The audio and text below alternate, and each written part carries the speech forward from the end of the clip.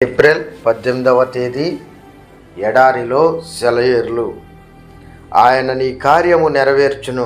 కీర్తనల గ్రంథము 37వ అధ్యాయము 5వ వచనము. ఒకప్పుడు నేను అనుకునేదాన్ని, ఒక విషయం గురించి ప్రార్థన చేసిన తర్వాత ఆ విషయం నెరవేరడానికి మానవ పరంగా నేను చేయగలిగిందంతా చెయ్యాలి అని. అయితే దేవుడు సరైన మార్గాన్ని బోధించాడు. ఎలాగంటే, నేను చేసే ప్రయత్నాలు ఆయన పనికి ఆటంకాలు తప్ప మరేమీ కాదని. ఒకసారంటూ ప్రార్థించి తప్పకుండా అది జరుగుతుందని నమ్మినట్టయితే ఆత్మలో స్తుతులు చెల్లిస్తూ వేచి ఉండాలని, ఆయన ఏదైనా చెప్తే చెయ్యాలని.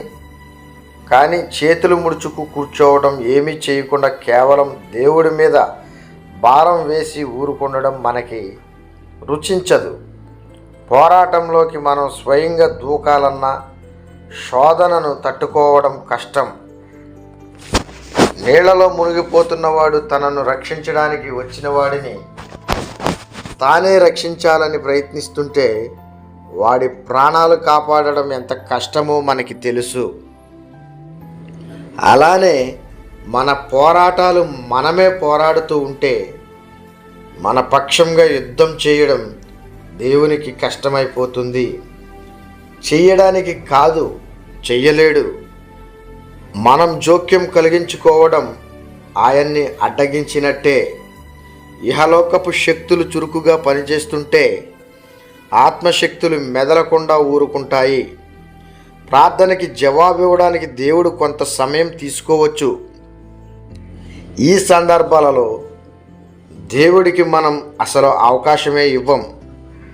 ఒక గులాబీ పువ్వుకి రంగు వేయడానికి, ఒక దేవదారు చెట్టుని పెంచడానికి, గోధుమ పొలాల్లోంచి రొట్టెలు తయారు చేయడానికి కొంత సమయం కావాలి. ముందు భూమిని మెత్తన చేయాలి, పదును చేయాలి, ఎరువు వేయాలి, నీటితో తడపాలి, మొలకెత్తడానికి వేడిమి కావాలి. ఇవన్నీ చేశాక దేవుడు మొలకల్ని మొలిపిస్తాడు. వాటికి ఆకుల్ని, కంకుల్ని అమరుస్తాడు. చివరికి కొంతకాలం గడిచాక ఆకలి కడుపుకి రొట్టెలు తయారవుతాయి.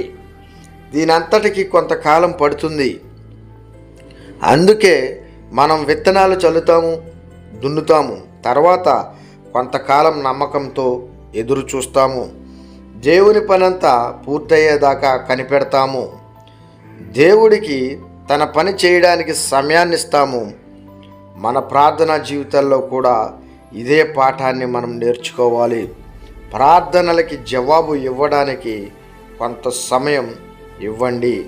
దేవుడి కొద్ది మంచి మాటలను మన హృదయంలో భద్రపరిచి వాక్యానుసారంగా దేవునికి ఇష్టమైన జీవితం జీవించులాగిన ఆయన కృపలో బలపరిచి స్థిరపరిచి ముందుకు నడిపించమని నజరేయుడైన యేసయ్య పరిశుద్ధ నామములో అడిగి వేడుకొంచున్నాం మా తండ్రి. ఆమేన్.